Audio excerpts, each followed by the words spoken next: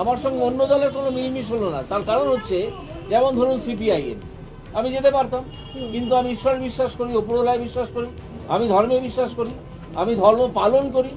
তারা তো সেগুলো করে না, হয়তো ভিতর ভেতরে করে, বাইরে বলে না আমরা করি না। তো তাদের সঙ্গে বেসিক্যালি আমার কোনো মিলই হবে না। তো সেই পার্টিতে গিয়ে আমি কি করবো? ওর চিন্তায় মনে হয়েছে যে উনি বিজেপি করবেন, তো করতেই পারেন, কোনো বাধা নেই। কিন্তু আমার পরিষ্কার বক্তব্য, যেভাবে ওর ভাবমূর্তি তৈরি হয়েছিল সেটা হচ্ছে দুর্নীতির বিরুদ্ধে ওর একটা স্পষ্ট অবস্থান থেকে। বিচারপতি হিসেবে উনি দুর্নীতির সমস্ত পর্দা ফাঁস করার জন্য সাংবিধানিক ক্ষমতা প্রয়োগ করেছেন, সঠিকভাবে প্রয়োগ করেছেন। সেই জন্য আমরা কেন, পশ্চিমবঙ্গের জনগণ সকলেই ওকে অভিনন্দন জানিয়েছেন, ওকে শ্রদ্ধা জানিয়েছেন, ভালোবাসা জানিয়েছেন।